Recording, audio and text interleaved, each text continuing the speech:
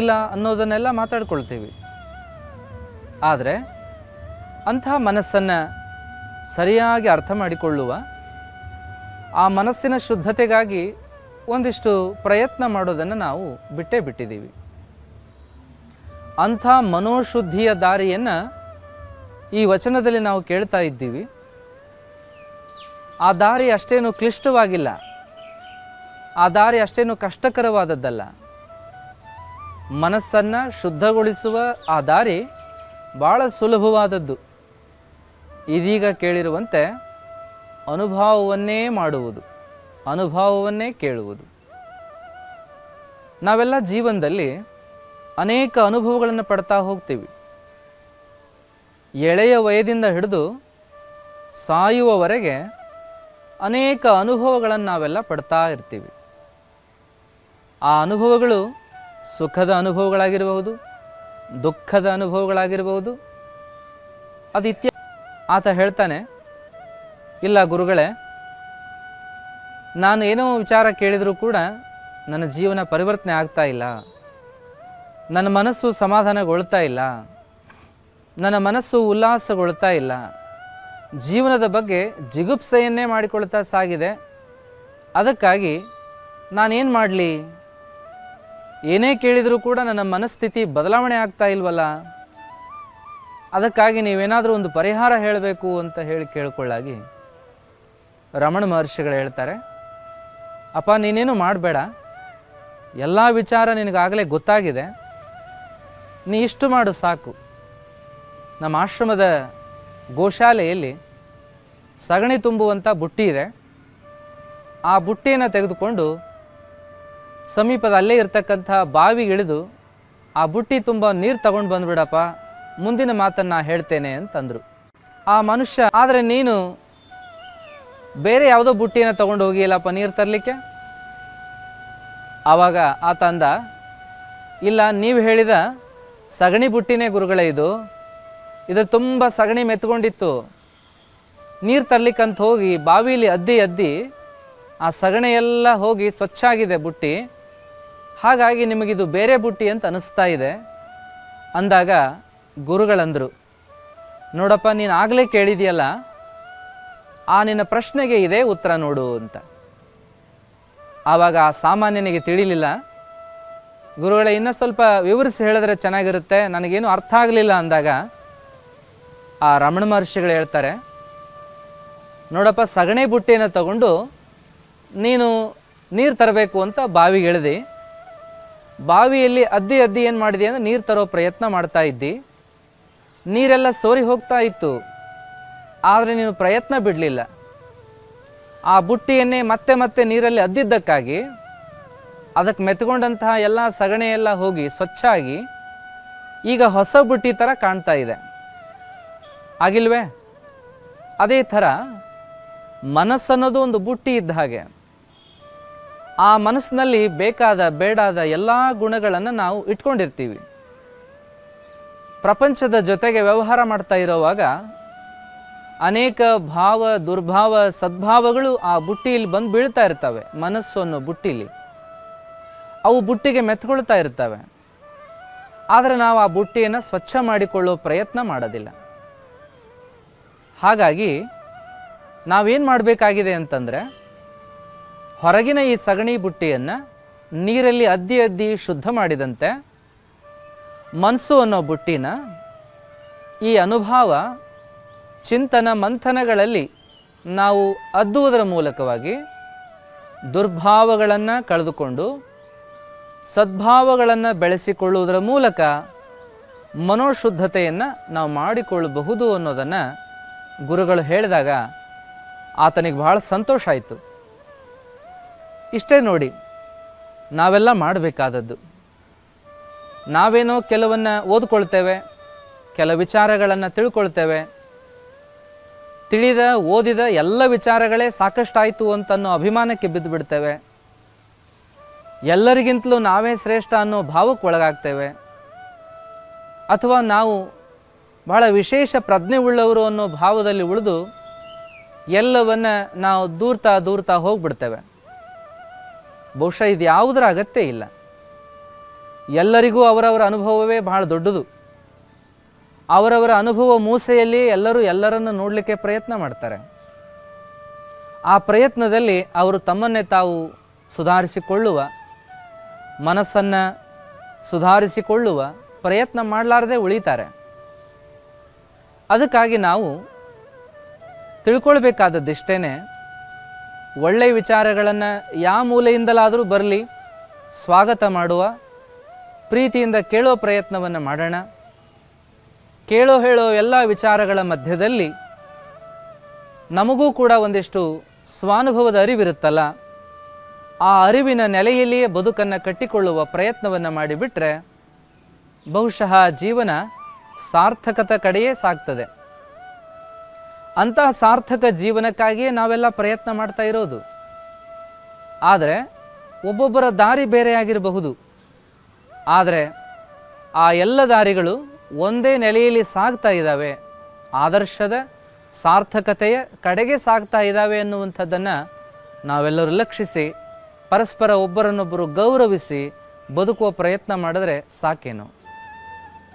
ಇಂಥ ಅನೇಕ ವಿಚಾರಗಳನ್ನು ಕೇಳುವಲ್ಲಿ ನಮಗನ್ಸುತ್ತೆ, ಹಾಗಾದರೆ ಯಾರು ಯಾವ ವಿಚಾರಗಳನ್ನು ವಿಮರ್ಶೆ ಮಾಡಬಾರ್ದೇನೋ?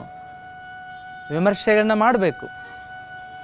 ಒಂದು ಒಳ್ಳೆಯ ಮನಸ್ಸನ್ನು ನಿರ್ಮಾಣ ಮಾಡಿಕೊಂಡು ಆ ಒಂದು ಒಳ್ಳೆಯ ಮನಸ್ಸಿನಿಂದ ಒಳ್ಳೆಯ ವಿಚಾರಗಳನ್ನು ಅರ್ಥ ಮಾಡಿಕೊಳ್ಳುವ ದಿಸೆಯಲ್ಲಿ ನಮ್ಮ ಚರ್ಚೆ ಚಿಂತನೆಗಳು ಮುಂದುವರಿಬೇಕೇ ವಿನಃ ನಾವು ಘರ್ಷಣೆಗಿಳಿಯುವ ಮಟ್ಟಿಗೆ ನಮ್ಮ ವಿಮರ್ಶೆಗಳು ಚರ್ಚೆಗಳು ಬೆಳಿಬಾರ್ದು. ಘರ್ಷಣೆಗಳಿಂದ ನಾವು ಮಾಡೋದಿನ್ನೇನಿದೆ? ಹಾಗಾಗಿ ಒಬ್ಬ ಮಹಾತ್ಮ ಹೇಳ್ತಾನೆ, ವಾದಿಗೆ ಬೋಧನೀಗುವುದೇ ನಿನ್ನ ನಾದದ ಬ್ರಹ್ಮವು ನರರಿಗಾಗುವುದೇ, ಓದಿ ಒದರಿ ಸಾಯುವುದೇ ನಿನ್ನ ಮೋದದ ಗುಣಗಳು ಭಜನಿಗೋಗುವುದೇ, ಗಜಿಬಿಜಿ ಗುಣಗಳ ಬಿಡದೆ ಹೀಗೆ ಅಜಹರಿಗೊಲಿದರೆ ನಿಜ ಮುಕ್ತಿ ಕೊಡುವುದೇ, ವಾದಿಗೆ ಬೋಧನೀಗುವುದೇ ಅಂಥೇಳಿ. ವಾದ ಮಾಡ್ತಾ ಹೋಗೋದ್ರಲ್ಲಿ ಅರ್ಥ ಇಲ್ಲ. ವಾದ ಮಾಡ್ತಾ ಹೋದಾಗ ನಿಜವಾದ ಬೋಧ ನಮಗೆ ಅರ್ಥ ಆಗೋದಿಲ್ಲ. ಗಜಿಬಿಜಿ ಗುಣಗಳು ಮನಸ್ಸಿನಿಂದ ದೂರ ಆಗೋದಿಲ್ಲ. ಹಾಗಾಗಿ ವಾದಗಳನ್ನು ಬದಿಗಿಟ್ಟು ನಾವು ಸತ್ಯವನ್ನು ತಿಳಿಯುವ ಪ್ರಯತ್ನವನ್ನು ಮಾಡ್ತಾ ಹೋಗಿಬಿಟ್ರೆ ಬಹುಶಃ ಶುದ್ಧತೆ ಅನ್ನೋದು ತಾನೇ ತಾನಾಗಿ ನಮ್ಮ ಮನಸ್ಸಿಗೆ ಬಂದ್ಬಿಡುತ್ತೆ, ದೇಹಕ್ಕೂ ಬಂದ್ಬಿಡುತ್ತೆ. ಇಂತಹ ಕಾರ್ಯವನ್ನು ಮಾಡ್ತಾ ಸಾಗಿರುವ ಒಬ್ಬಾತ ಪ್ರವಚನದಲ್ಲಿ ಹೇಳ್ತಾ ಇದ್ದ, ನಾನು ನನ್ನ ಜೀವನವನ್ನು ದೈಹಿಕವಾಗಿ ಮಾನಸಿಕವಾಗಿ ಭಾಳ ಶುದ್ಧವಾಗಿಟ್ಟುಕೊಂಡು ಕಳೀತಾ ಇದ್ದೇನೆ. ನನ್ನ ಜೀವನವನ್ನು ಆ ದಿಸೆಯಲ್ಲಿ ಅರ್ಥ ಮಾಡಿಕೊಂಡಿದ್ದೇನೆ. ನನ್ನ ಜೀವನವನ್ನು ಈ ಮಟ್ಟಿಗೆ ನಾನು ಸಂತೋಷ ಸಮೃದ್ಧಿಯಿಂದ ಕಳೀತಾ ಇದ್ದೀನಲ್ಲ, ಅದಕ್ಕೆ ಕಾರಣ ಒಂದೇ ಒಂದು ಓಂ ನಮಃ ಶಿವಾಯ ಅನ್ನೋ ಮಂತ್ರ. ಆ ಮಂತ್ರದಲ್ಲಿ ಬಹಳ ಶಕ್ತಿ ಇದೆ. ಅದನ್ನು ನಾವೆಲ್ಲ ಹೇಳೋ ಪ್ರಯತ್ನ ಮಾಡೋಣ. ಹೇಳ್ತಾ ಹೇಳ್ತಾ ಮನಸ್ಸನ್ನು ಸ್ಥಿರ ಮಾಡಿಕೊಳ್ಳೋಣ, ಮನಸ್ಸನ್ನು ನಾವು ಶುದ್ಧ ಮಾಡಿಕೊಳ್ಳೋಣ ಅಂತ ಹೇಳ್ತಾ ಇದ್ದ. ನೀವೆಲ್ಲರೂ ಆ ಪ್ರಯತ್ನ ಮಾಡ್ರಿ ಅಂತ ಎದುರಿಗೆ ಕೂತವರಿಗೆಲ್ಲ ಸಂದೇಶ ಕೊಡ್ತಾ ಇದ್ದ. ಆಗ ಕೂತಿರ್ತಕ್ಕಂಥ ಜನರ ಮಧ್ಯದಲ್ಲಿ ಒಬ್ಬಾತ ಎದ್ದು ನಿಂತು, ಅಲ್ಲ ನೀವೇನು ಹೇಳ್ತಾ ಇದ್ದೀರಿ, ಓಂ ನಮಃ ಶಿವಾಯ ಮಂತ್ರ ಅಂತೀರಲ್ಲ, ಅದೇನು ದೊಡ್ಡದು? ಅದೊಂದು ಶಬ್ದ ಅಷ್ಟೇನೆ. ಅದ್ರ ಬಗ್ಗೆ ನಾವೇನು ತಲೆ ಕೆಡಿಸ್ಕೊಳ್ಳೋ ಅಗತ್ಯವೇ ಇಲ್ಲ. ಆದರೆ ನೀವು ಸುಮ್ಮನೆ ಜನರಲ್ಲಿ ಮೂಢನಂಬಿಕೆ ಬಿತ್ತಾ ಇದ್ದೀರಿ. ಓಂ ನಮಃ ಶಿವಾಯ ಒಂದು ಯಕಶ್ಚಿತ್ ಒಂದು ಶಬ್ದ. ಆ ಶಬ್ದವನ್ನು ನೀವು ಬಹಳ ದೊಡ್ಡದು, ಬಹಳ ಮಹಾನ್, ಅದನ್ನು ಹೇಳೋದ್ರಿಂದ ಏನೇನೋ ಆಗತ್ತೆ ಅಂತ ಹೇಳ್ತೀರಲ್ಲ, ಇದನ್ನೆಲ್ಲ ನಿಲ್ಲಿಸ್ಬಿಡಿ ಅಂತ ಕೂಗ್ತಾ ಇದ್ದ. ಆವಾಗ ಆ ಉಪನ್ಯಾಸ ಕೊಡ್ತಕ್ಕಂಥ ಆ ವ್ಯಕ್ತಿ, ಆ ಗುರುಗಳು, ನಾನು ಭಾಳ ದೊಡ್ಡ ಮನುಷ್ಯ, ನಾನು ದೊಡ್ಡ ಶ್ರೀಮಂತ, ನನಗೆ ನೀವು ಹೀಗೆ ಅನ್ಬೋದೇನು? ಎಂಥ ಮಾತನ್ನು ನೀವು ಅಂದ್ರಲ್ಲ, ನಿಮ್ಮನ್ನು ಸುಮ್ಮನೆ ಬಿಡಬಾರ್ದು, ನಿಮ್ಮನ್ನು ಹೊಡೆದೇ ಬಿಡ್ತೀನಿ ಅಂತ ಹೇಳಿ ಕೂಗಾಡ್ತಾ ಕೈ ಮಾಡಿ ಹೊಡಿಲಿಕ್ಕೆ ಬಂದ. ಆವಾಗ ಕೂತಿರ್ತಕ್ಕಂಥ ಜನ ಎಲ್ಲ ಹೊಡೆಯೋದನ್ನು ನಿಲ್ಲಿಸಿದ್ರು. ಏನೋ ಗುರುಗಳಿಗೆ ಹೊಡಿತೀನಪ್ಪ, ನಿಲ್ಲು ಸುಮ್ಮನೆ ಅಂತ ಹೇಳಿ ನಿಲ್ಲಿಸಿದ್ರು. ಆವಾಗ ಆತ ಸಿಟ್ಟಿನ ಭರದಲ್ಲಿ ಹೊಡಿಲಿಕ್ಕೆ ಬಂದವ ಸಿಟ್ಟಿನಲ್ಲೇ ನಿಂತ್ಕೊಂಡಿದ್ದ. ಆಗ ಗುರುಗಳು ಹೇಳಿದರು, ಯಾಕಪ್ಪ ಈ ಸಿಟ್ಟು ಬಂತು ನಿನಗೆ? ನನ್ನನ್ನು ಹೊಡೆಯೋ ಮಟ್ಟಿಗೆ ನಿನಗೆ ಸಿಟ್ಟು ಬಂತಲ್ಲ, ಯಾಕೆ ಅಂತ ಕೇಳಿದ್ರು. ಆವಾಗ ಆತ ಹೇಳ್ತಾನೆ, ಅಲ್ಲ, ನಾನು ದೊಡ್ಡ ಮನುಷ್ಯ, ನಾನು ಊರಲ್ಲೇ ಗಣ್ಯ ವ್ಯಕ್ತಿ, ನನಗೆ ನೀವು ಹಂಗೆ ಅನ್ಬೋದೇನು? ಮೂರ್ಖ, ಅಯೋಗ್ಯ, ಅವಿವೇಕಿ, ಧೂರ್ತ ಅಂತ ಬೈಬೋದೇನು? ಎಂಥ ದೊಡ್ಡ ಮಾತು ಬೈದು ಬಿಟ್ರಲ್ಲ ನೀವು, ಅದಕ್ಕೆ ನನಗೆ ಸಿಟ್ಟು ಬಂತು ಅಂದ. ಆವಾಗ ಗುರುಗಳು ಹೇಳಿದರು, ಅಲ್ಲಪ್ಪ, ಅವೆಲ್ಲ ಒಂದೊಂದು ಶಬ್ದ. ಅವಿವೇಕಿ, ಧೂರ್ತ, ದುಷ್ಟ, ದುರುಳ ಅನ್ನೋದೆಲ್ಲ ಒಂದೊಂದು ಶಬ್ದಗಳಷ್ಟೇ. ಅವುಗಳ ಬಗ್ಗೆ ನೀನು ಯಾಕೆ ತಲೆ ಕೆಡಿಸ್ಕೊಳ್ತೀಯಪ್ಪ? ಸಮಾಧಾನ ಇರ್ಬೋದಿತ್ತಲ್ಲ ಅಂದರು. ಆವಾಗ ಆತ ಹೇಳ್ತಾನೆ, ಅಲ್ರಿ, ಸಮಾಧಾನ ಹೆಂಗಿರೋಕ್ಕಾಗ್ತದೆ? ಅವುಗಳು ಶಬ್ದ ಖರೆ, ಆದರೆ ಎಂಥ ದೊಡ್ಡ ಪರಿಣಾಮ ಮಾಡ್ತಾವವು. ಧೂರ್ತ, ದುರುಳ, ದುಷ್ಟ ಅಂತಂದ್ರೆ ಸಾಮಾನ್ಯೇನು? ಅದಕ್ಕೆ ನನಗೆ ಭಾಳ ಸಿಟ್ಟು ಬಂತು ಅಂತ ಶಬ್ದ ಉಪಯೋಗ ಮಾಡಿದ್ದಕ್ಕೆ ಅಂತಂದಾಗ ಆವಾಗ ಗುರುಗಳು ಹೇಳ್ತಾರ, ನೋಡಪ್ಪ, ಯಕಶ್ಚಿತ್ ಶಬ್ದಗಳೇ ನಿನಗಿಷ್ಟು ಉದ್ವೇಗವನ್ನು ಉಂಟು ಮಾಡೋದ್ವಲ್ಲ, ಇಷ್ಟು ಸಿಟ್ಟು ಬರೆಸಿದ್ವಲ್ಲ. ಅದಕ್ಕಾಗಿ ಓಂ ನಮಃ ಶಿವಾಯ ಎನ್ನುವಂಥದ್ದು ಅದೊಂದು ತಾರಕ ಮಂತ್ರ ಅಂತ ನಾನು ಯಾಕೆ ಹೇಳಿದೆ? ಆ ಮಂತ್ರೋಚ್ಚಾರಣೆ ಮಾಡೋದ್ರಿಂದ ಒಳ್ಳೆಯದಾಗತ್ತೆ ಅಂತ ಯಾಕೆ ಹೇಳಿದೆ ಅನ್ನೋದು ನಿನಗೆ ಈಗ ಸ್ಪಷ್ಟ ಆಗ್ಬೋದು ನೋಡು. ಶಬ್ದಗಳು ನಮ್ಮ ಮನಸ್ಸಿನ ಮೇಲೆ ಯಾವ ಪರಿಣಾಮ ಉಂಟು ಮಾಡ್ತವೆ? ಆ ಶಬ್ದಗಳು ಉಂಟು ಮಾಡೋ ಪರಿಣಾಮ ನಮ್ಮ ಆರೋಗ್ಯದ ಮೇಲೆ ಯಾವ ಪರಿಣಾಮ ಮಾಡುತ್ತೆ? ನಮ್ಮ ಇಡೀ ಶಾರೀರಿಕ ವ್ಯವಸ್ಥೆಯ ಮೇಲೆ ಯಾವ ಪರಿಣಾಮ ಮಾಡುತ್ತೆ ಅನ್ನೋದನ್ನು ಸ್ವಲ್ಪ ವಿಚಾರಿಸಿ ನೋಡಪ್ಪ.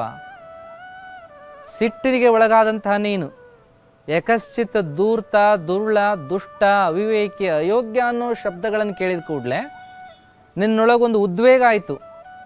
ಆ ಉದ್ವೇಗದಿಂದ ನೀನು ಬಹಳಷ್ಟು ಹೃದಯ ಕಂಪನಕ್ಕೆ ಒಳಗಾದೆ.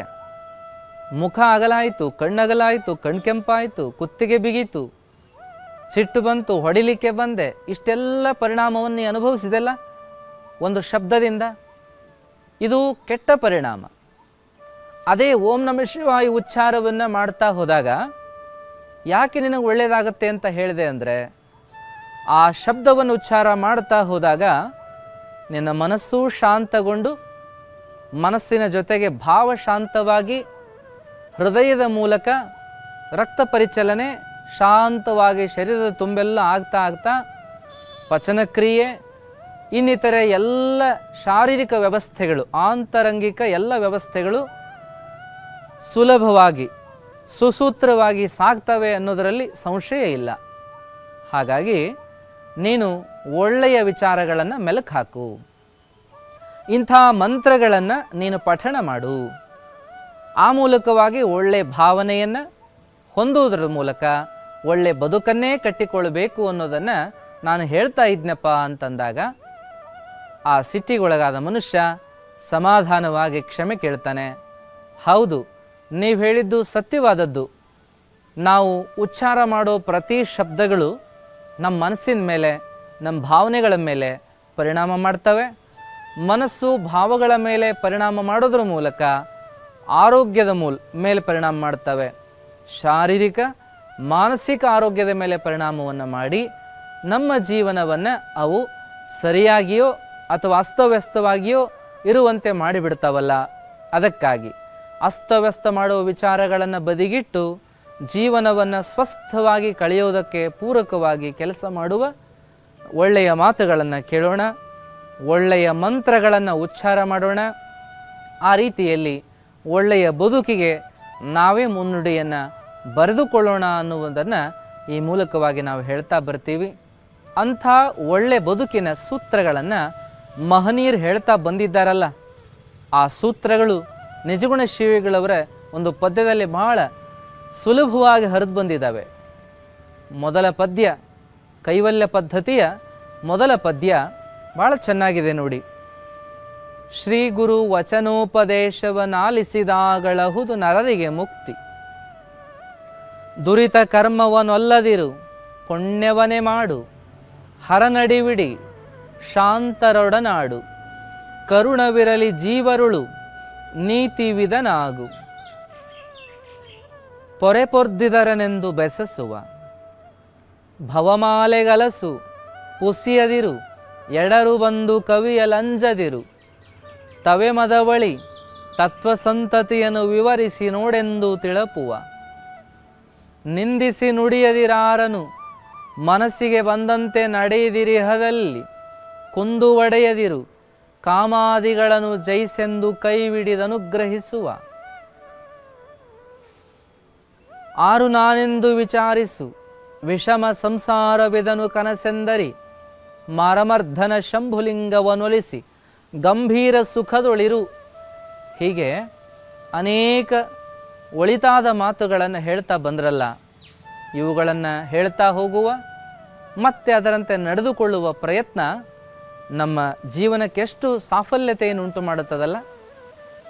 ಇದನ್ನೇ ಸುಲಭ ಮಾಡಿ ಹೇಳಿದ್ರು ಮತ್ತೊಂದಿಷ್ಟು ಮಾತುಗಳಲ್ಲಿ ಶರೀಫ ಶಿವಯೋಗಿಗಳು. ಕೆಳಜಾಣ ಶಿವಧ್ಯಾನ ಮಾಡಣ್ಣ, ನಿನ್ನೊಳಗ ನೀ ತಿಳಿದ ನೋಡಣ್ಣ. ಒಳ್ಳೆ ಮಾತುಗಳನ್ನು ಧ್ಯಾನ ಮಾಡಿಕೋ, ಧ್ಯಾನಾತ್ಮಕವಾಗಿ ಒಳ್ಳೆಯದನ್ನು ಒಳಗೊಳಿಸಿಕೋ, ಆ ಮೂಲಕ ಜಾಣನಾಗು ಅನ್ನೋದನ್ನು ಹೇಳ್ತಾ ಬಂದರು. ಜಾಣನಾಗು, ವಿಶೇಷನಾಗು ಅಂತ ಹೇಳ್ತಾ ಬಂದರು. ಕೆಳಜಾಣ ಶಿವಧ್ಯಾನ ಮಾಡಣ್ಣ, ನಿನ್ನೊಳಗ ನೀ ತಿಳಿದ ನೋಡಣ್ಣ. ಕಾಶಿ ಯಾತ್ರೆ ಚೆನ್ನಾಗಿ ಮಾಡು, ಹಸಿದು ಬಂದವರಿಗೆ ಅನ್ನವ ನೀಡು. ದಾನ ಧರ್ಮವ ನಿತ್ಯದಿ ಮಾಡಣ್ಣ, ನಿನ್ನೊಳಗ ನೀ ತಿಳಿದ ನೋಡಣ್ಣ. ಕೇಳೋ ಜಾಣ ಶಿವಧ್ಯಾನ ಮಾಡಣ್ಣ. ಸೊಕ್ಕವ ಸುಟ್ಟು ಬೂದಿಯ ಮಾಡು, ಗರ್ವವೆಂಬುದ ಹರಾಣ ಮಾಡು.